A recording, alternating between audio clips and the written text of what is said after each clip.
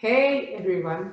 Today we're going to talk about why you should focus on developing emotional competence, why listening is so important, and how to de escalate complex situations. Welcome to Invincible Innovation Live Show. I'm so glad that you're here. I'm Mazor, Kario, product innovation and value creation expert, and I'll be your host. And I have a very, very special guest with me, Doug. Hi, Doug.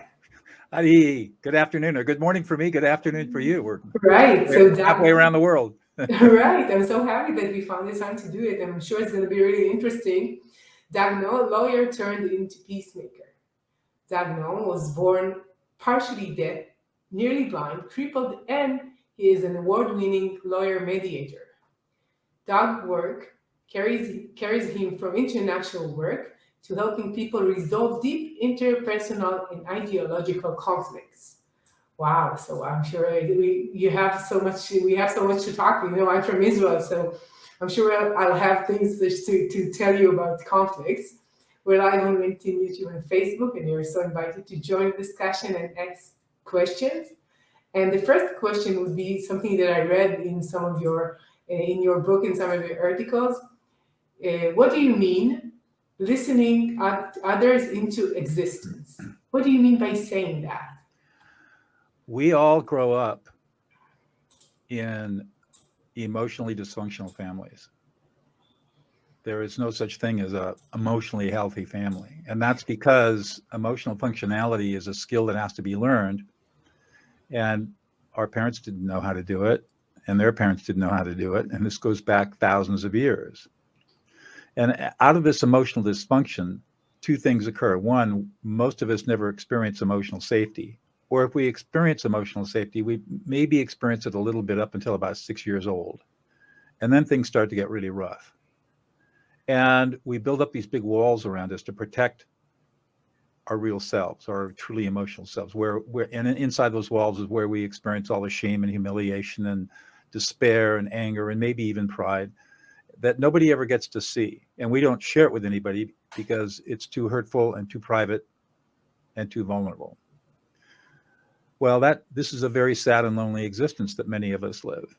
And what happens is that they build up all kinds of defenses: arrogance, aloofness, numbness, being unavailable, all of these and then of course that leads to addictive behaviors to try to fill the void. And what I've learned over many years of teaching people how to de-escalate is that it's not about de-escalation. It's about listening to a person at the deepest level of their existence so that they actually feel validated. And you literally listen them into existence. It's the first time for many people that anybody has truly listened to them and they feel like they've been heard at a deep existential level.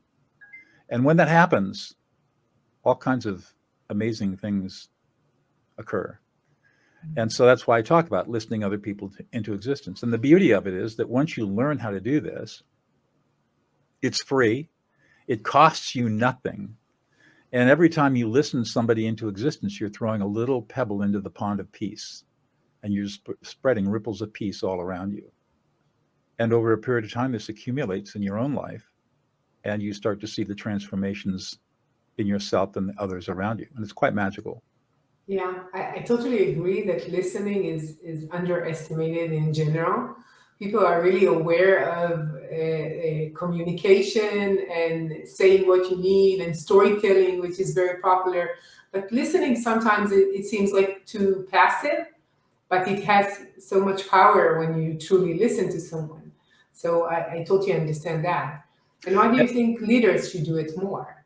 And it's not just listening to words. I mean, this is the thing that everybody thinks about listening is listening to words. What I say is ignore the words. Listen to the emotions. Listen to the emotions and reflect them back. Adi, you are angry today. You're frustrated. You don't feel like you're being heard. You feel disrespected. You don't feel supported. You feel sad. You're worried and concerned and anxious.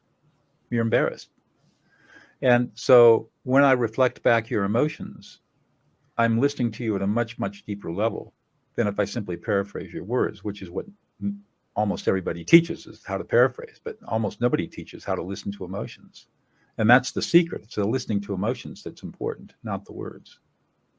So you have a different differentiation between emotional intelligence that you say we cannot really learn and emotional competence. How Right. do you see the difference between the two? If I've studied the literature, I've gone out and read all the papers from Mayer and Solovey and everybody they've trained, and Caruso and all the people they've trained over the years. Um, Emotional intelligence is a test of a form of social intelligence that Myers and Solovey called emotional intelligence. They coined that frame in the late 1980s and early 90s in some papers, scholarly papers they wrote. And so, just like an IQ test, you can't learn IQ and you can't learn emotional intelligence. Goleman picked this up. Daniel Goleman picked this up and wrote his best-selling book in 1995, and he completely diverged from the science, and has made over the years has made many claims, which have been unsubstantiated by any sort of scientific empirical research, and claiming that you can learn emotional intelligence, and so a whole cottage industry of corporate training has come up around we're going to teach you emotional intelligence, and in my opinion, it's impossible.